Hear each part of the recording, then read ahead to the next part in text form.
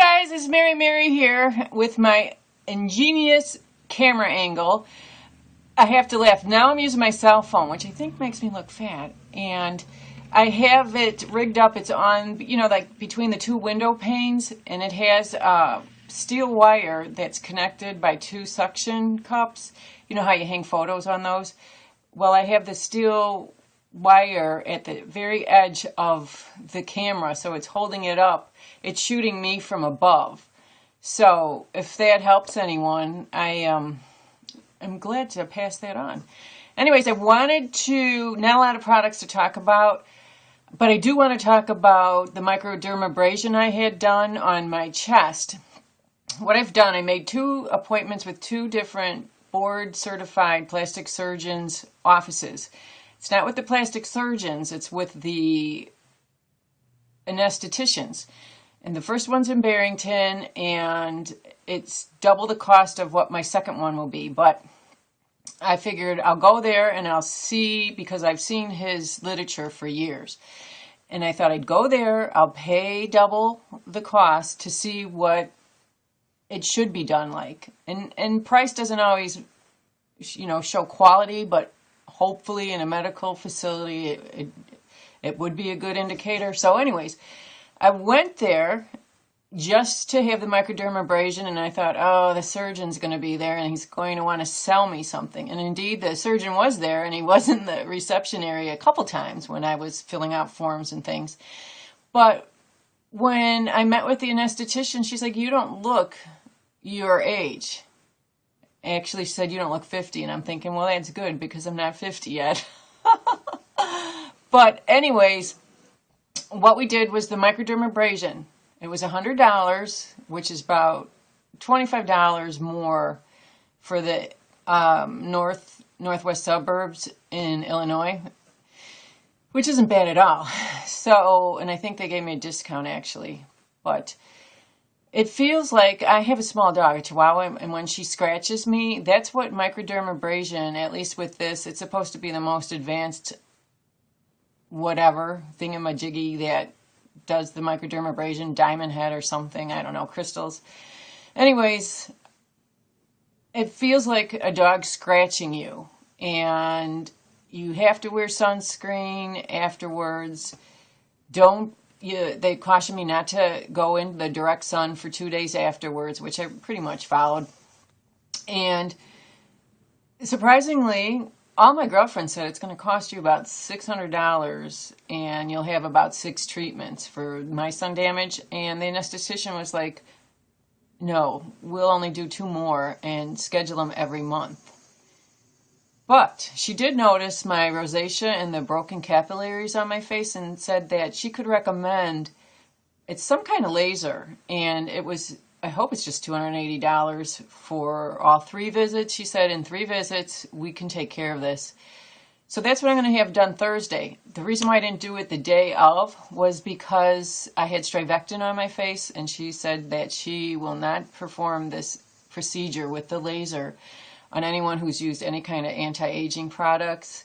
So Thursday I'll have this done for the first time. She cautioned me, no, don't plan on any events for like the second or third, until the second or maybe third day, possibly the 5th day.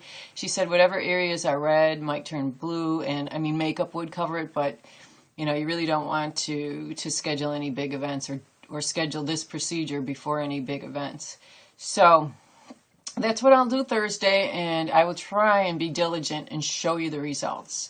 Otherwise, this is one of my dresses, either $14 or $35 at JCPenneys. They've went on sale since I bought them, so run to JCPenneys if you just want, 1 or 2 summer dresses. I'm enjoying wearing dresses, and I've never really been a dress person, more of a flouncy little skirt person. So that's the dress I'm wearing. I haven't gotten any products because this week I don't anticipate getting any products this month. Now let's just see what I do, but that's my intention, because I had plugged in a wet plug of my blow dryer into my bathroom socket, and it just started buzzing. So I took it out, and I don't know if the plug works or not. I'm afraid to plug anything else into that socket.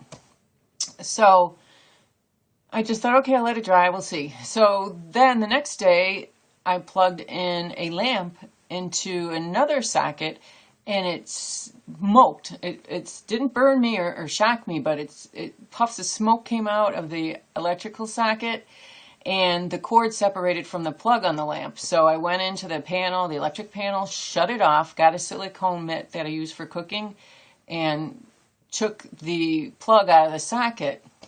I'm thinking, that's odd. And then when I went to turn on the hallway light, it wouldn't work. So whatever I did when I plugged in the wet blow dryer blew that grid out. Anything in that line of electrical work is... So I need an electrician, and then I need a plumber. I got new brakes on my Miata, which is kind of funny because he's like, oh my God, I know my clutch is also slipping, and he's like, oh my gosh, what is that noise? And I had to tell him, you're my mechanic. He was driving under a brush. He's like, well, clean your driveway out. So that was kind of funny. And then, so we had the brakes. I'm going to have the clutch replaced, plumber, electrician. Oh, and my foray into online dating. I'm watching a girl on YouTube with her dates, and I just thought it was hilarious, and I thought, let's give it a shot. And my friends are like, you got to get in the game. You got to do it. In fact, they take over my account sometimes and hit like and things and such on guys. So my initial experience has been strange. I have been targeted by the scammers who, I don't know, they post photos that aren't theirs. Like, you know, like you could tell that there's something wrong with the photos. They're like model perfect, but some of them aren't. And how you can tell that they're scammers is like the emails they send me. They'll say, hi, pretty. All of them greet me as hi, pretty. And one of the guys was taken off the site, and then he emailed me again under a different name and photo, but a similar email, and their phone numbers I had to, in addition to like the fee for joining the dating service, I did another service where you could put their cell phone number in it, and it will tell you as much information as they possibly can. And two of the men both had the same carrier, bandwidth.com, and one said he was from one state, but the cell phone was registered to another, which, you know, isn't weird. But it's just a shame that you have to be careful. It was kind of funny because the one guy, when he called me, I said, you know, this sounds weird, but you sound Nigerian. He's like, well, how would you know what a Nigerian sounds like? And I said, well, I was in London, and my hotel was right next door to the Nigerian embassy, so that's how I know. And so thankfully I haven't heard from him since then. We just kind of laughed it off. But you just have to be, you know, careful. So I hope this is helpful to you all. I will keep in touch, hopefully next week. Bye.